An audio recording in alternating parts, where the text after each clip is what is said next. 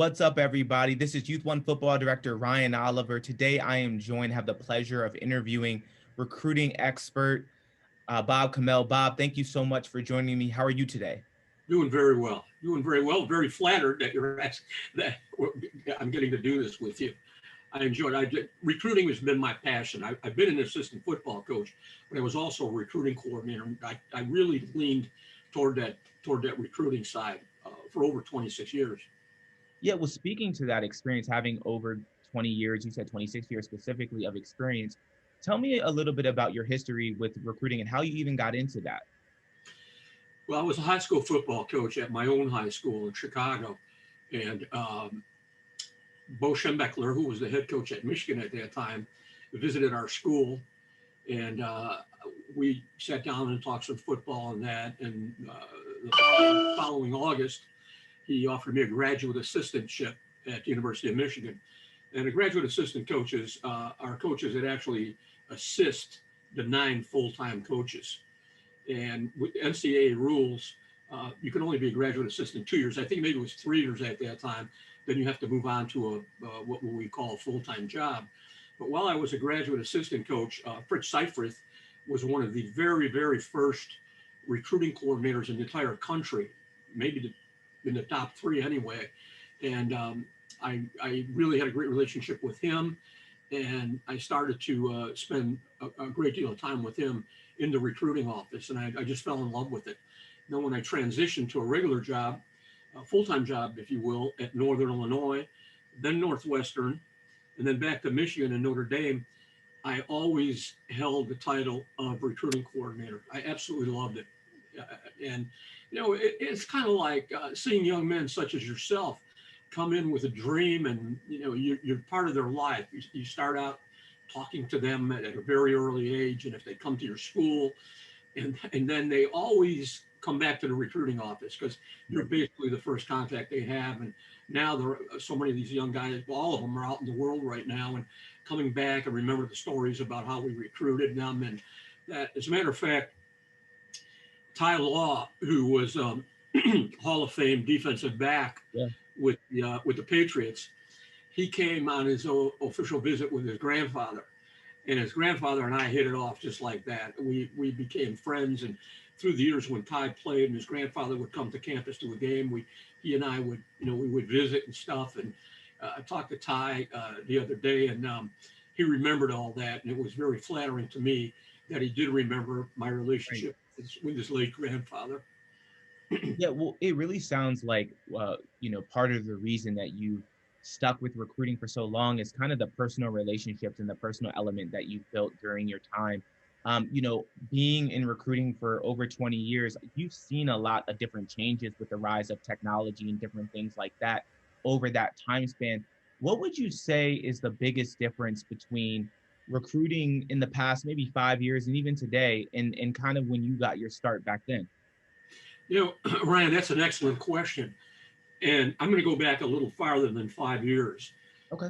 And for young people right now, parents would understand this, but for young people right now, they have to understand there was not always computers. I mean, oh, wow, really? There weren't computers? No, there weren't. And so when technology came in at first, it was in the form of a VCR. Remember the little boxes? Yes, absolutely. Okay. Well, before that, college coaches actually had to go to the school to look at film, if you will, 16 millimeter film. So you really didn't start recruiting an individual until their junior year, and you left campus and went to their high school to look at film. Right. Now, the reason you had to go to the high school was because the film was not, how can I say, they wouldn't send the film out, because if one coach came to the school and the film wasn't there and the coach had sent it out, so you had to go there. Then came along the VCR. So coaches could make copies of game copies and practice copies and send them to you. But still, that was a bit cumbersome. But what really changed things was the ability to put the games and practices and anything else about the young man on what we call now huddle, and where a coach could actually go to his computer and watch young guys without leaving campus. So your question, the bottom line, if you boil it right down to everything, what's changed is technology. Now enter social media.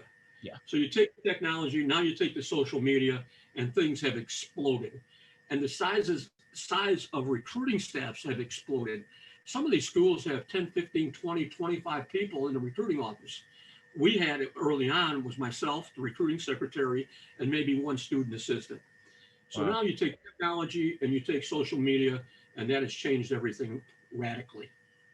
Yeah, well, you kind of led right into my next question, which was about the impact on social media. One thing, I go to a lot of different football events, talk to a lot of kids myself, and one thing that I try to help athletes understand, and I'm not nearly as into the recruiting thing as you are, so I'm not even going to act like I'm on your level with that, but I tell them the importance of their social media and what recruiters do want to see and what they don't want to see. So could you speak to that maybe, like, for young athletes that are coming up on this age of Twitter and Instagram and all these different platforms, would you say that recruiters are heavily looking at all of those social media platforms when they're considering athletes? Yes, they are. There's no doubt about it. And the young people need to know what the college coaches see on your Twitter, what they see on your Facebook, can, if I, in all sincerity, may cause you not to be recruited by that school. So any young man that's going to do anything on social media, whether it's Facebook, whether it's Twitter, my advice to them is don't put anything on there that you wouldn't want your mother or your aunt or your grandmother to see. And it sounds kind of conservative or old school, but the fact of the matter is anything and everything that you do reflects upon whether that school is going to recruit you. And I'll take it a step farther. And this really sounds kind of out there, but it's the truth. What do you have on your voicemail if I call you and you don't answer the phone? This is a business call. Yeah. This is a business call. Hello, I'm Bob Chmiel. I'm sorry I missed your call. Will you please call me back when you have an opportunity? Any type of off-color message, any type of wild things on there or anything. Again, if that's the first call I make to you, and that's my first impression of you, we may have a problem going right out the door. Right. And I would tell the parents, take hold of this.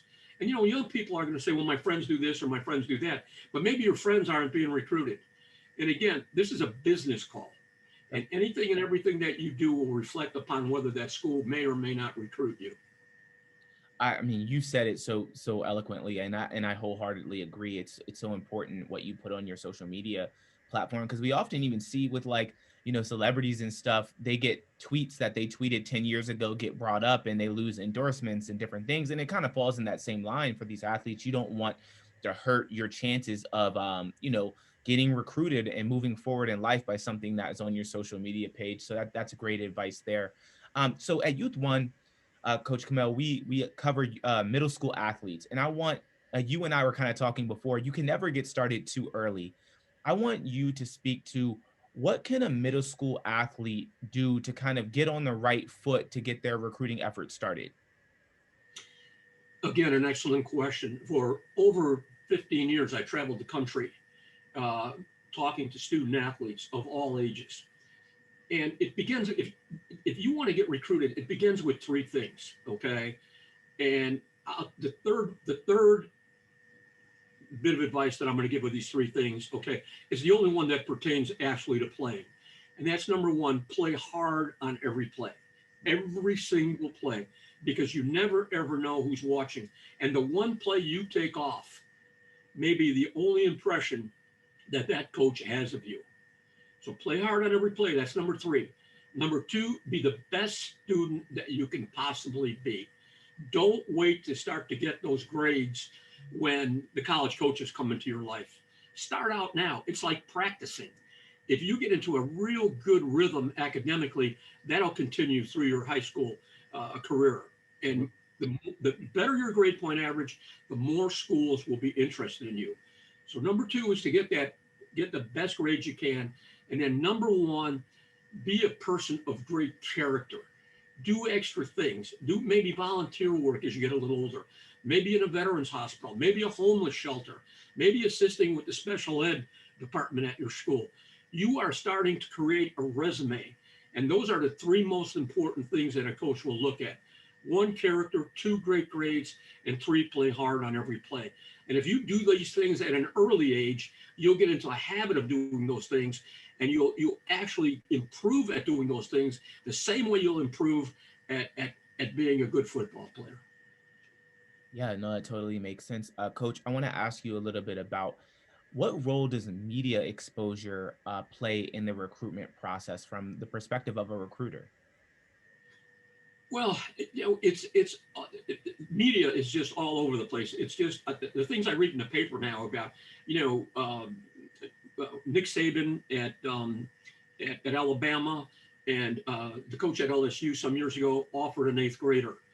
And you talk about accelerating the process through technology and Facebook and all that stuff. So if I can digress just a bit, the way a young person handles that is critically important.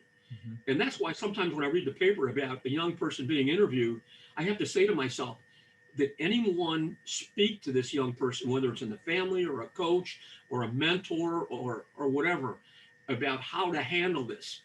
And years ago, this wasn't even a talking point. So these young people, as you know, they get to put a microphone in front of them or on the phone, being, you know, compliment your teammates, compliment your coach, thank everybody. All this I, my, me, decommit, recommit, don't commit, all this and that. None of these. First of all, now if you look in the dictionary, these terms aren't even in the dictionary.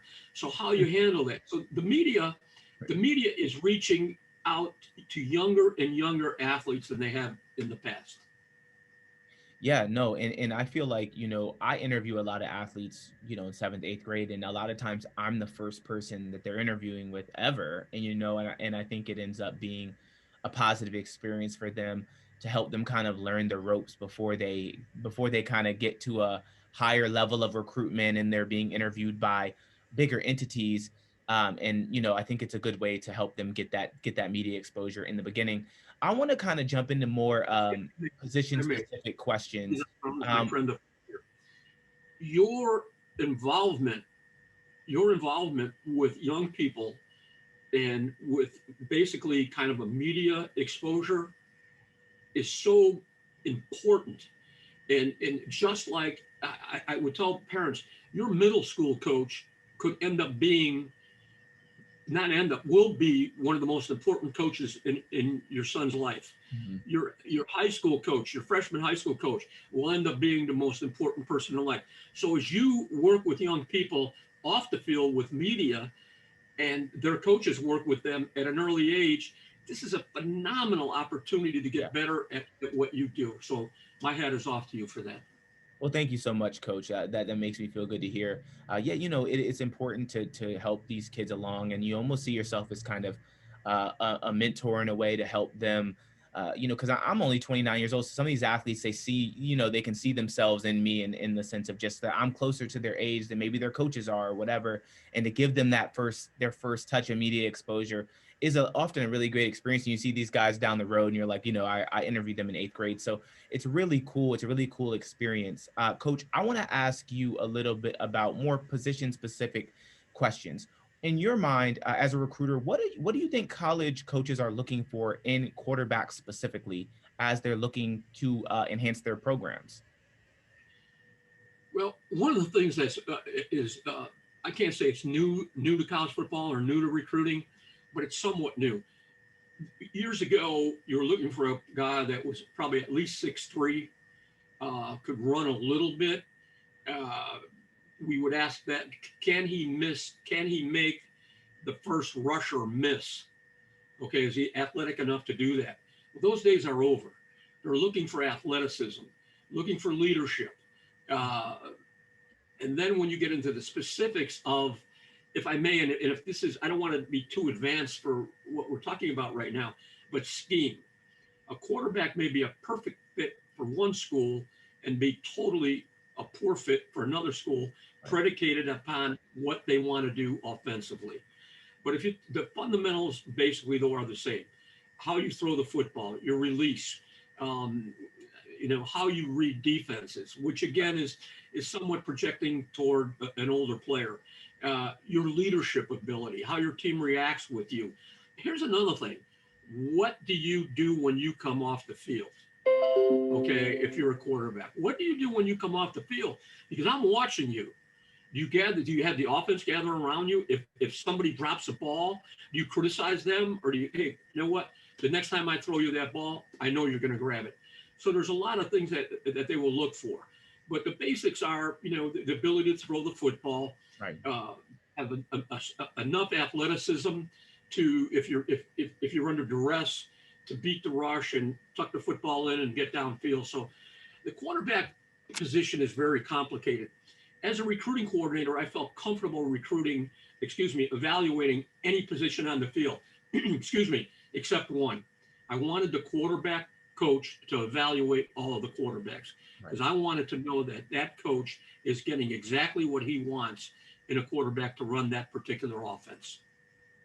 That totally makes sense. That totally makes sense. I want to ask you about a few different positions and kind of get your expertise on those too.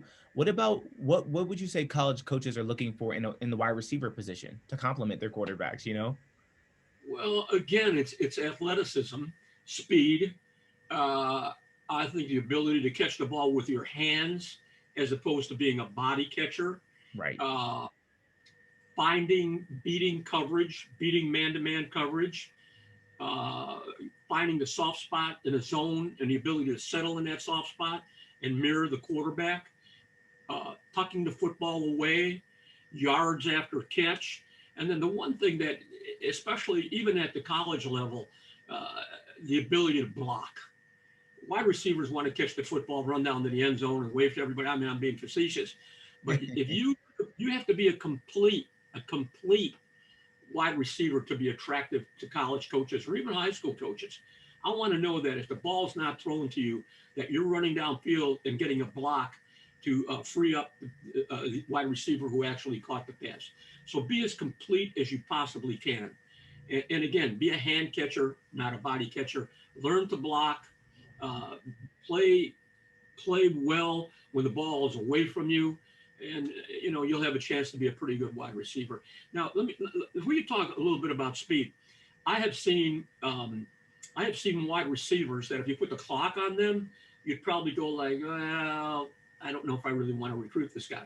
But then you put a helmet on them and shoulder pads, and you put them on the field, and they have what I call is game speed. So right. I think a guy can't be discouraged by the clock if he's a wide receiver. Just do all the other things and have game speed. Play hard when your opportunities present themselves. You said it so great, Coach. I want to move to the defensive side of the ball. What about defensive backs? What can defensive backs do to, to be recruited? What are coaches looking for? Well, again, and I don't want to be redundant, but we're looking for speed. And there's another ability, and again, this might be a little bit too far. There's a term to flip your hips. Okay, and what I mean by flip your hips, if you're in a back pedal and you're covering someone, and as they get closer to you, and if it's man-to-man coverage, how well do you get out of that back pedal and now match your speed against the wide receiver? Right. So it's athleticism, it's the ability to analyze what's going on, it's the ability to recognize a route, and then it's the ability to tackle. Right. If there's a dying art in football, it's tackling. But if if you're a defensive back and you have no qualms of coming up and making a tackle, you're going to separate yourself from other people.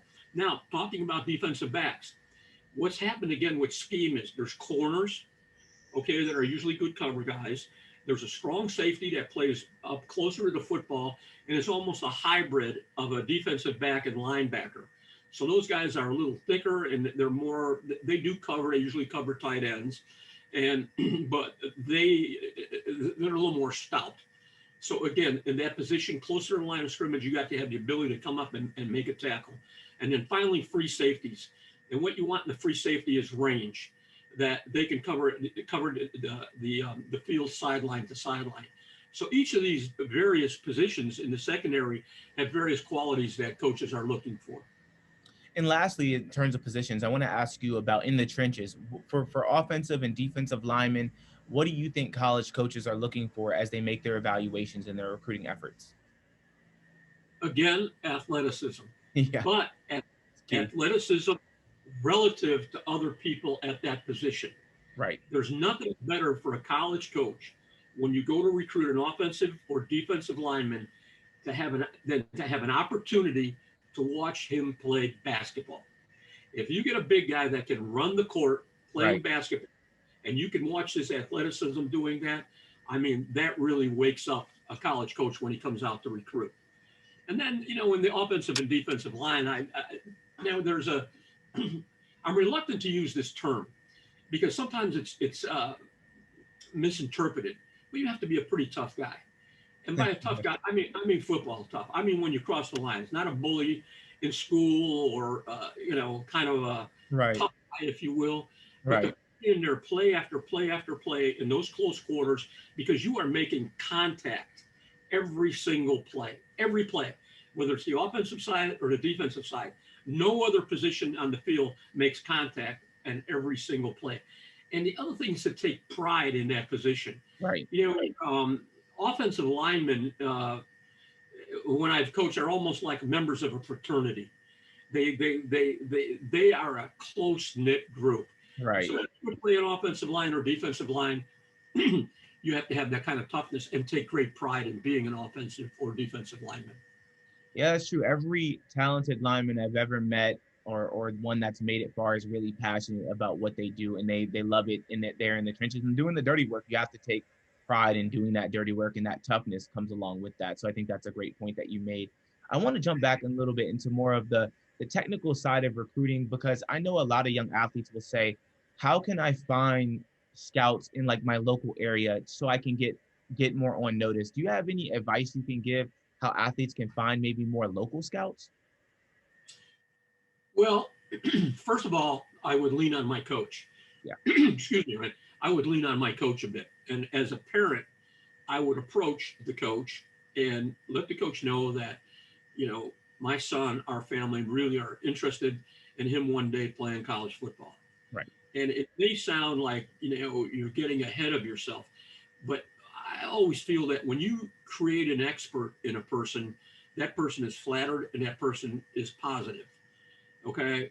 So along with that, as a parent, as a parent, you need to, if you want your son to get to the next level, you make sure that you have a great relationship with your coach, a great relationship with your coach. Because if you're that parent that is in the stands screaming and yelling, and yes, sometimes it's mom at the coach, this coach knows nothing about this offense, this coach knows nothing about this defense, that coach finds out. And if I'm a college coach or even a high school coach coming to a junior high to talk about an individual, you're at work, your son's in algebra class or math class or whatever, and it's just you and I looking eyeball to eyeball. And I'm not only going to ask him about your son's character, I'm going to ask him about his family. Are they supportive? Are they sincerely interested in team in that? And because if that coach says to me, thank goodness this is their last year with me because I don't want to deal with them anymore, I'm closing my book and I'm moving on. Right. Because if you're a problem in Alexandria, Virginia, you're going to be a problem at Rutgers University. Right. If you're a problem Right. in Chicago, you're going to be a problem in Champaign, Illinois. And as a college coach, I don't want that. Now, moving forward to your original premise, attend a camp, attend a combine, but don't go camp and combine. I don't want to say crazy, but don't go camp and combine just go over and over and over and over Right. again. And choose wisely which one of these camps or combines that you're going to go to. And when you go to those camps or combines, understand again, there's no second chance at a first impression. So when you go there from the very first play that you're going to be there, you're going to practice very, very hard. If you're in line to do a drill, you're focused on what that coach is talking to the person in front of you, not to two or three guys that you play with behind you. Right. Because I want to know when I watch you, when I want to know when I coach you, that you're totally committed to being there, not just there on a a weekend holiday or whatever. No, it totally makes sense. We spoke. You just kind of mentioned parents and their role. I want to ask you, how involved should parents be in communicating with coaches on behalf of their athletes in the recruiting efforts? Well, I think it's critically important. I don't think there's any question. Now, in all candor, uh, some coaches will get more involved than other coaches will. I've had high school coaches tell me it's not my job. It's not my job to get this young man a scholarship. It's not my job to start calling schools or whatever.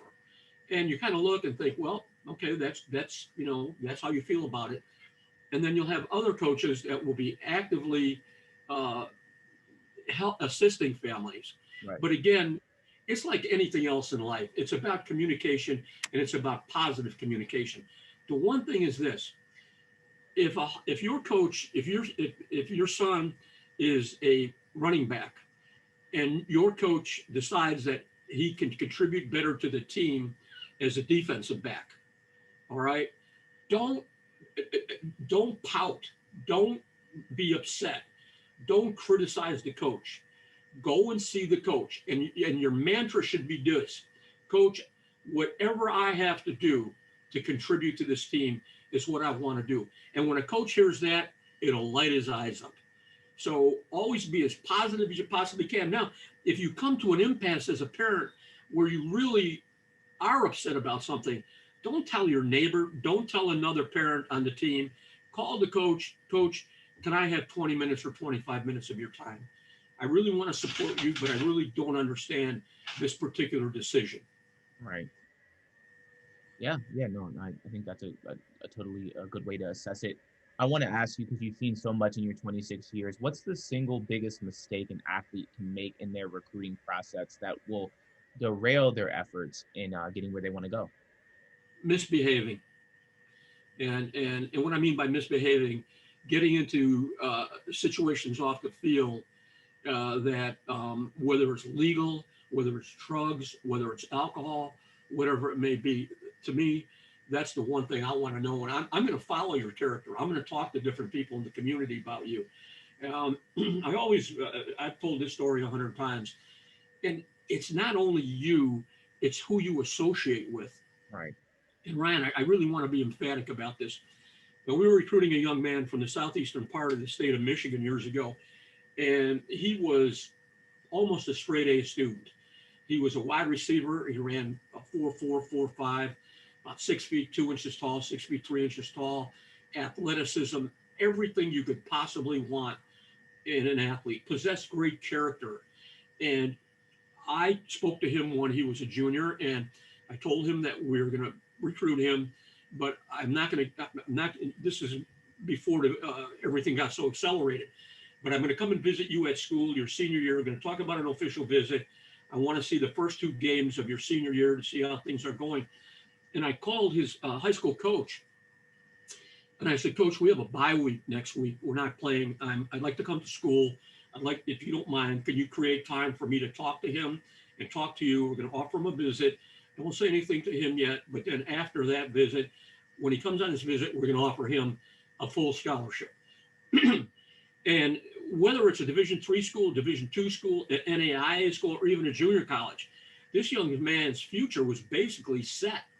And the coach said, Bob, you could come and to my school and you could talk to him, and you could talk to him about a visit, but I have to tell you, he doesn't play at football at our school anymore. And I was taken by this. And I asked him, why? Did he transfer? No. Career-ending injury? No. Did he quit? No. He said, Coach, he and 9 other guys were arrested. They were at a party at the beach at Lake Michigan. It was 2 o'clock in the morning. The police came. They took all the young men down to the police station. They called the parents. They called the superintendent of the schools, the coaches, and everybody came there. And the superintendent of the schools deemed at that time that none of these young men who were arrested could participate in athletics or extracurricular activities for the next semester. Wow. I said to the coach, do you really believe that this young man did anything wrong? He said, no. He said, well, Bob, I can't single him out among all those young guys that were there and say, because he's my best player, this rule is not going to affect him.